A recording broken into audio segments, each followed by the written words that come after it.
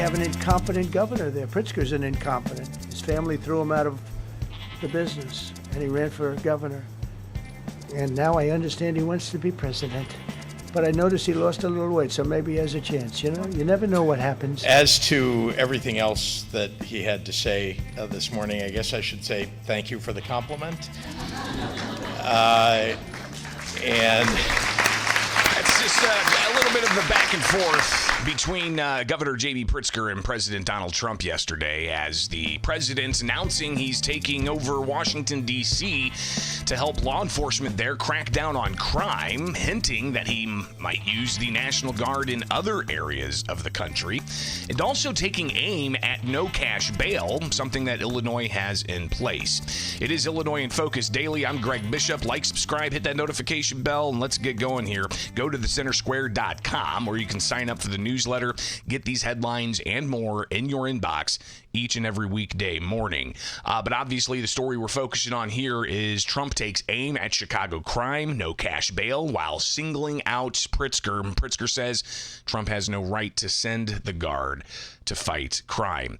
So again, you can read this story and also watch the video for yourself as well. But let's get into this, because President Donald Trump had announced the evening before that he was indeed going to hold a news conference to discuss safety in Washington, D.C.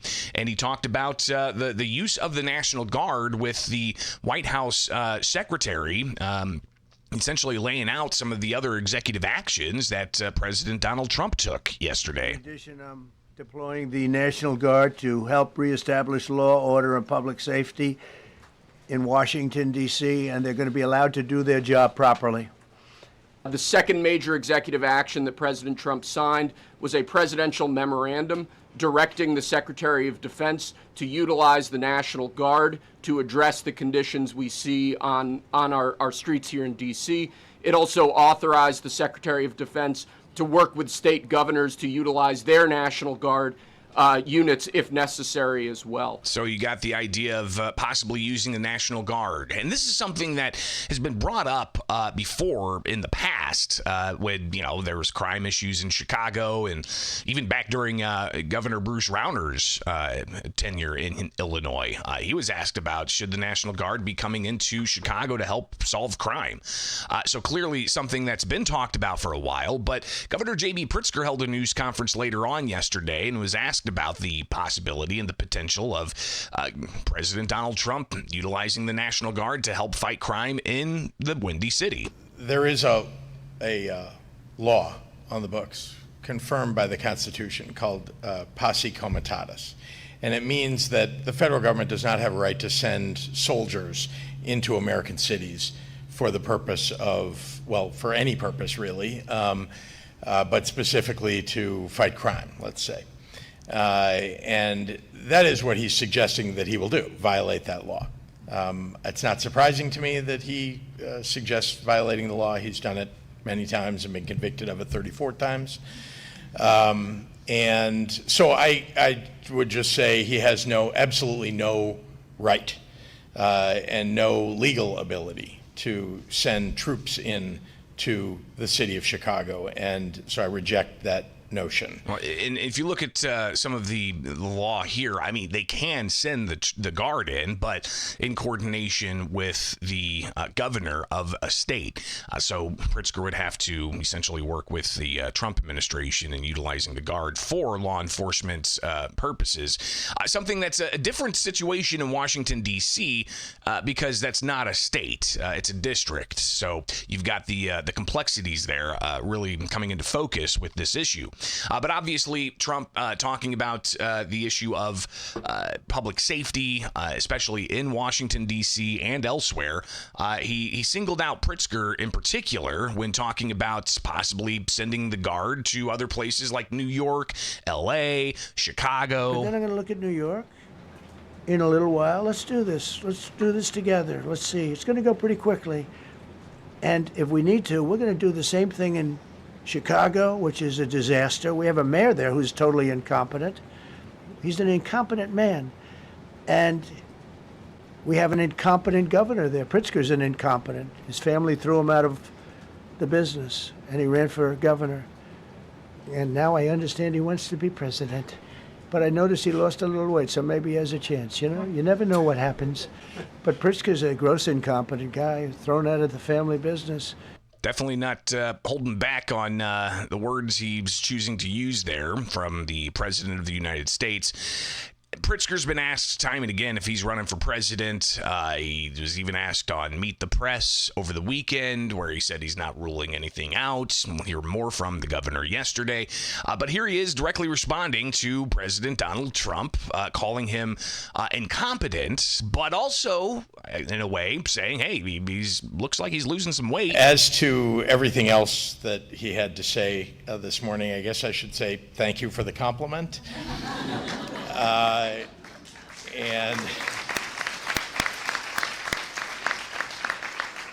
And you have to remember that I reject criticism and don't really want to respond to criticism from Donald Trump, who inherited his money and then went bankrupt 6 times and then defrauded his business partners.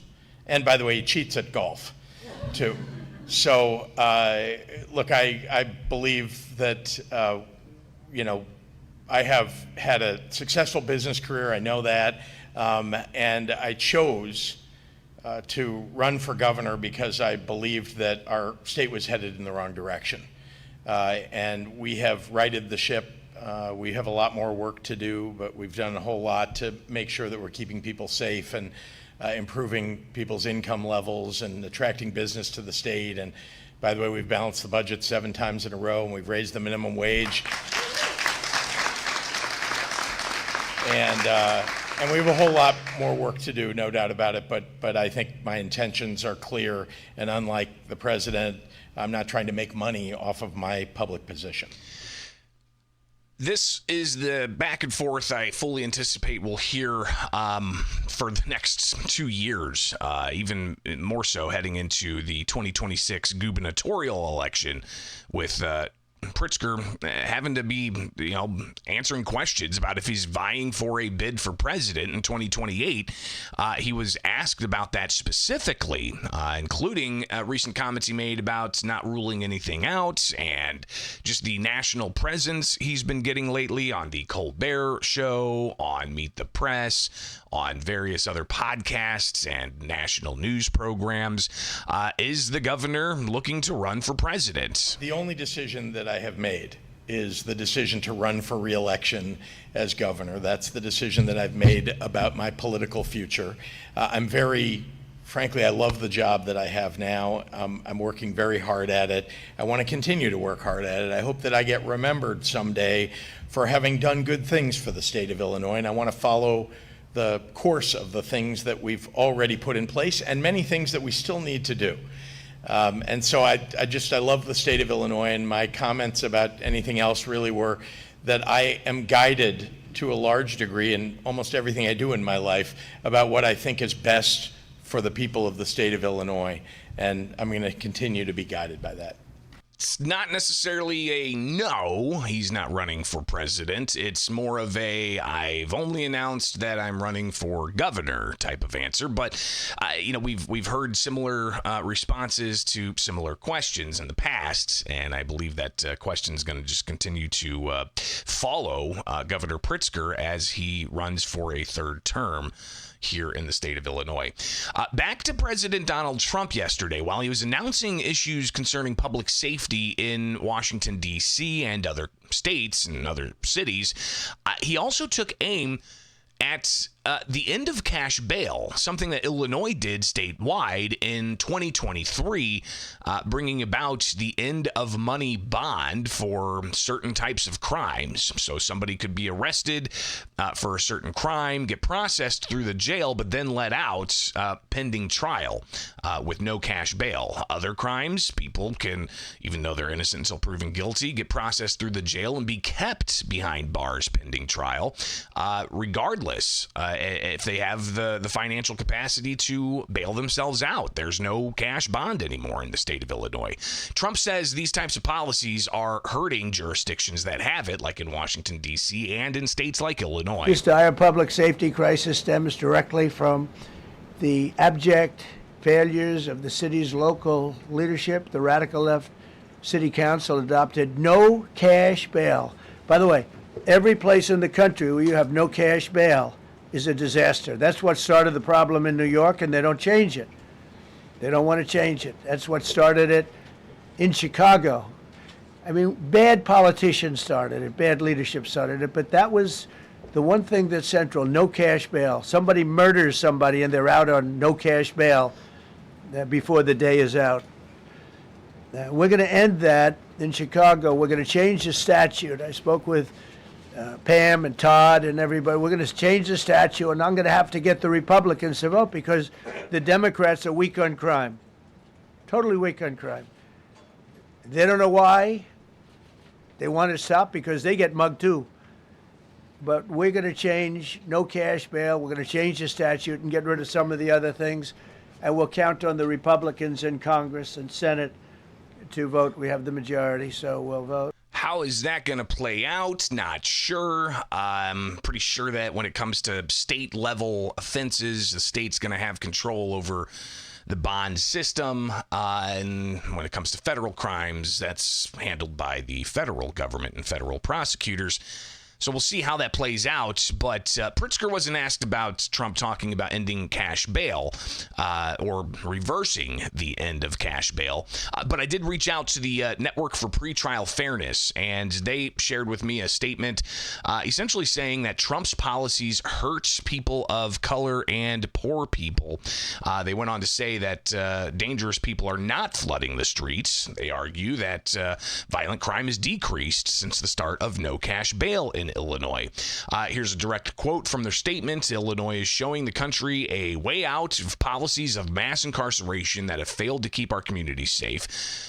We will not be bullied by a president who's more concerned with his public image than he is public safety. The Pretrial Fairness Act is working, and Illinois is safer because of it. And you've got a lot of people pointing to decreased rates of crime. Is that because of a lack of reporting, or are there other crimes that are being reported more so? And, homicide may be down, but the arrest rates may also be down. There's all kinds of ways to slice and dice this information. And I think one thing that the debate centers around with no cash bail is the worry of recidivism and also the morale. I mean, listen, I've got people who send me private messages that are in the law enforcement community that talk about the issue of morale and how when you have a law enforcement officer go and pick up a suspect, put them in jail, and then they're out within 5-6 hours and they see them back out on the street, that's demoralizing for law enforcement who may be wanting to do some good for the community. So you've got all of these complex issues when it comes to the end of cash bail. And on the other side of the end of cash bail debate, you've got those saying, listen, everybody's innocent until proven guilty. And when you have somebody committing or alleged to commit a low-level offense, they could not afford to be able to bail themselves out, so they're going to be stuck in jail pending trial. They could lose their job. They could, miss out on getting health issues taken care of and a whole host of other things. But again, that's only for certain crimes. When you get to more serious crimes, even though people are innocent until proven guilty, they have to stay behind bars regardless of the means that they may have to bail themselves out. So again, it's a complex issue. Illinois is the first state to do the end of cash bail statewide. And obviously, you've got President Donald Trump taking aim at that. All right, so interesting debate back and forth. Obviously, something we're going to continue to watch because it's only going to get more heated as we get through the 2026 election cycle here, and it's just revving up. It's Illinois in Focus Daily. I'm Greg Bishop. Like, subscribe, hit that notification bell, and wake up with us each and every weekday morning here for more Illinois in Focus Daily.